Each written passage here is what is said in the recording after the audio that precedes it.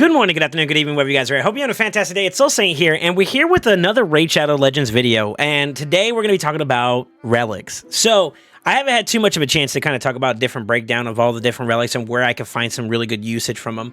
I wonder if you guys would be interested in something like that, but I would definitely be willing to provide some insight into that based off of my opinions and my own conjectures and whatnot. But more important to today, I wanted to talk about is the rarity chances when it comes to drops for Chimera. Now, there's going to be a lot of different opinions about people who are going to say different ways you can kind of do stuff, and at the end of the day, it's entirely your choice, so I'm just going to preface that now. You enjoy it how you see fit, but if you're looking to kind of give yourself an opportunity to get insight when it comes to the rates of things, I can give you a little bit of a starting breadcrumb to kind of see where we're at with it, and I'm going to go ahead and do some crafts today. So, we've been farming for a little bit now. I would say we're roughly in the third week, fourth week-ish of Chimera being out. Yeah, so we got about, like, basically we're concluding through the third week, getting ready for the fourth and final week for this rotation, which is rotation 1. And I've accumulated a decent amount. So what I did do ahead of time to craft was I did do a couple, like, I think 1 or 2 so far. So you can add maybe with what we have in total, about roughly 500, I want to say, rares, and everything else has been pretty much static and stayed the same. So I've been farming as best as I can, as efficiently as I can, to try to get as much done to maximize the amount of drops, because we want to capitalize on it being brand new, to introduce new elements to the game before people start learning and adapting to it, right? Always bringing more and new strategies to kind of make your experience better, whether that's on PvE or PvP. Now, I will show you what I went ahead and made so far. I did get the, I believe it was we started with the Unholy Grail. I did some upgrades on some of those already. That's the one we got from starting when the relics first came out to the game. But I did craft the Diadem on Death. I know that one was the one that was very controversial with it being broken. So I decided to use that one as food because I believe they fixed it now, and I don't really have any interest into it currently. So I use that as actually as fodder, a fodder piece. I did get a Molten Death Bell, which is so far has been something I've been tinkering with and using for some key champions. And then, of course, that's pretty much the long and short of it. I haven't gotten too much else outside of those 3. So the one that we got from the drop, and those 2, which was Diadem and Molten Death Bell. I'm actually kind of happy that I got the Molten Death Bell, but I would like to acquire some alternative ones. So hopefully today we'll come up with like an epic or 2 that's worthwhile. And if we get even luckier, then maybe we get some legendaries / mythical pieces, which is what I'm hoping to get. Obviously, you should base your opinion on realistic expectations, which is, you know, some of these are going to be low chance to get some things, and some of them might be a little bit higher, but even then there's still a reality, which let me show you real quickly. So you can kind of plug and play a bunch of different options, which is obvious, right? And the more you lean towards one side of a rarity, the better the chances get for that said rarity. However, it is not wise, and I'm just going to go ahead and give you a disclaimer now.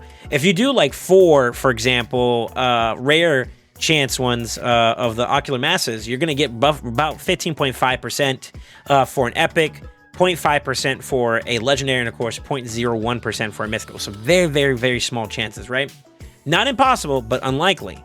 Now, if you were to take out one and add another rare or epic tier, it does bring it down a little bit. So we go from, let's do it right like this. We went from 83.99, we rounded up to about 84%, to now 79%. So it's about 5% different, give or take a little bit, to get a little bit more of an improved chance on the upper hand side. So if you look at this, we go from 15.5, I believe it stays pretty static there, to now being a 19% chance. Now, you can play it this way if you want to, but to be honest with you, those percentage chances, if we're playing a numbers game, are really kind of negligible. Now, what if you were to take and just do straight epics?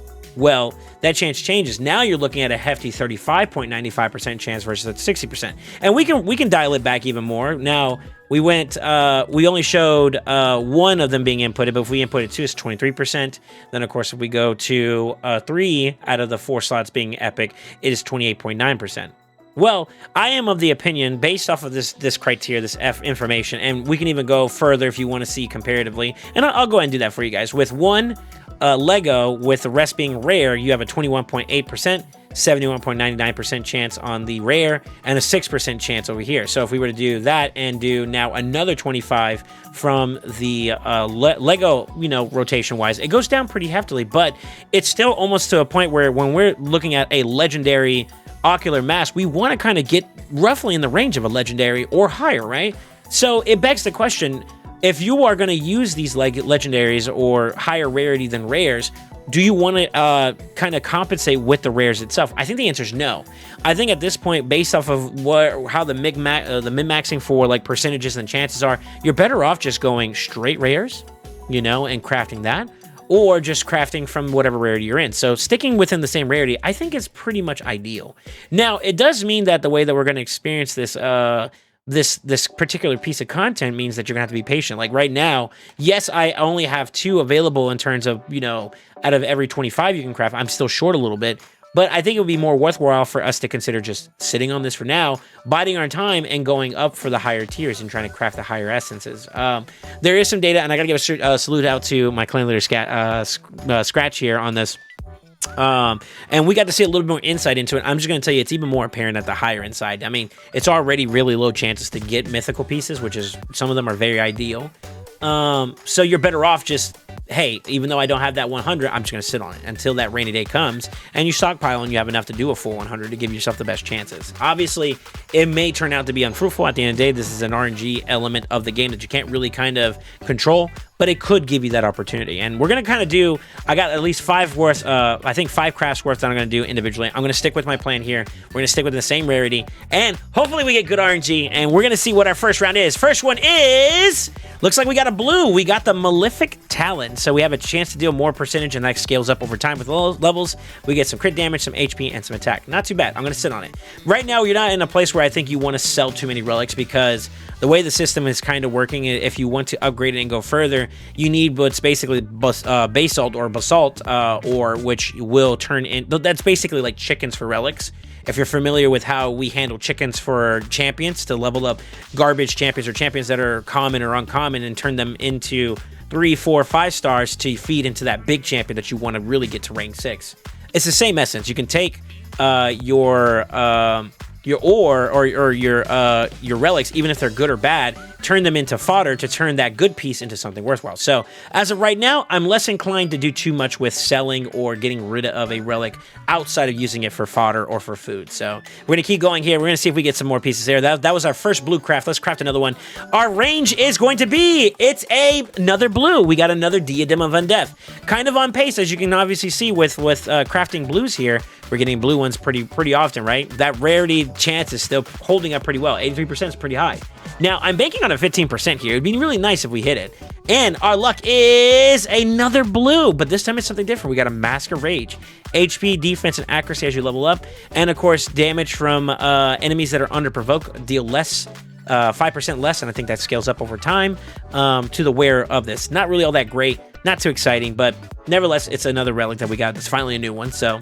Here we go. We're going to now finally jump into the blue, the purple sides. Now, it is a 60% chance to get this, but we're looking at that 35.95% chance. If we get a lucky 4, I'm even more happy about that. And if we're even luckier, 0.05% chance, it's really, really low, to get a mythical. So, with that being said, we're going to go and craft 2 more here. Our lucky number is... It's a purple! We got a Gilded Dragonstone.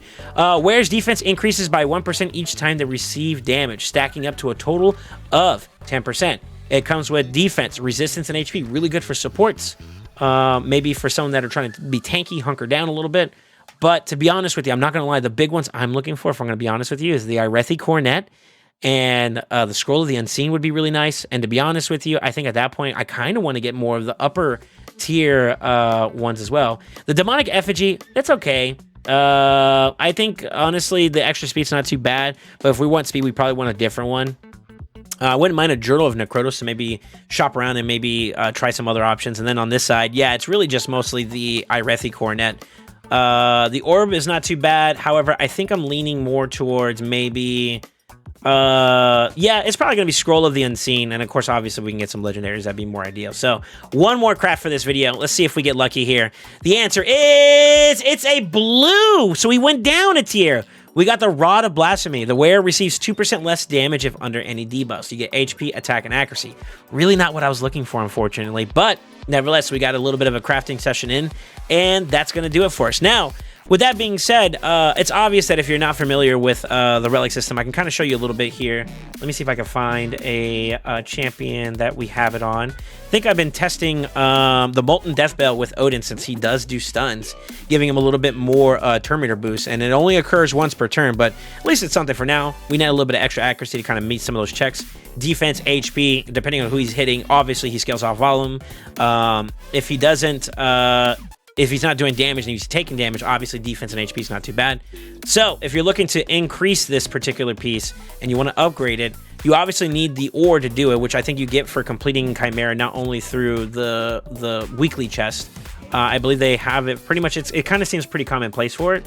But the upgrades, this is what I'm going to kind of show you. Right now, I only have 2 3-star ores to rank up this to a 4 if I wanted to open up even more slots, right? Or to upgrade the stats even more. Now, if I wanted to do even more here, I need to grab another piece and bring that up to a tier 2, which we do have one tier 1, and then we have a couple tier 2s we have to do. So I would be able to do one more piece. I probably will take this one up, rank it up, level it up again, rank it up one more time, and then use it as food for maybe another piece or something around those lines. And that will allow me to do it. I think the best way to kind of example this out is you're probably going to want to get your hands on, I believe, multiple pieces, because you can only put 1 relic on at a time per champion. So that same relic piece that we had earlier, you see how it's not in the available storage. You're going to have to get duplicates for champions that may want a similar relic.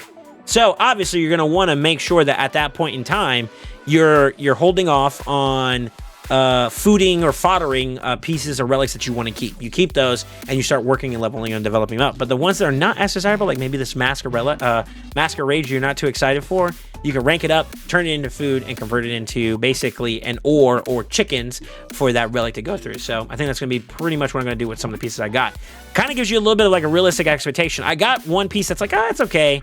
The other one's not so much. I'm not really that excited about him. I mean, I can make something work with Malefic Talon, obviously, but the other piece is not so crazy much. I will say the Gilded Dragonstone being an epic piece and maybe using that for someone that can maybe be a little bit more tankier. I'm okay with that. That's not too bad. That's fine.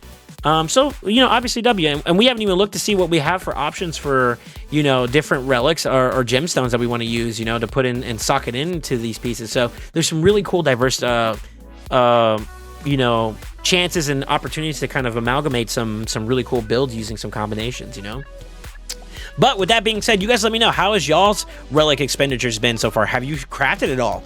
If not, why are you waiting? I'm really, really curious to see what your thoughts are. As of right now, I did wait until the CBC to see if there was going to be any updates to Clan vs. Clan, to see if they're going to drop any extra rewards for crafting relics, and of course there wasn't. It's fairly new, so maybe that will come around down the future, and maybe that would be when you would want to hold off for it. I also believe that right now relics aren't really kind of quantified when it comes to artifact enhancement or acquiring things like Dungeon Diver-esque opportunities. They're not existing in there either. So as of right now, it kind of seems like you can kind of pull them and rip the relic crafts whenever you want. So at this point in time, I kind of went ahead and decided to do it. And that's where we're at. Anyways, don't forget to like, comment, subscribe, and as always remember, stay ascended. See you next time.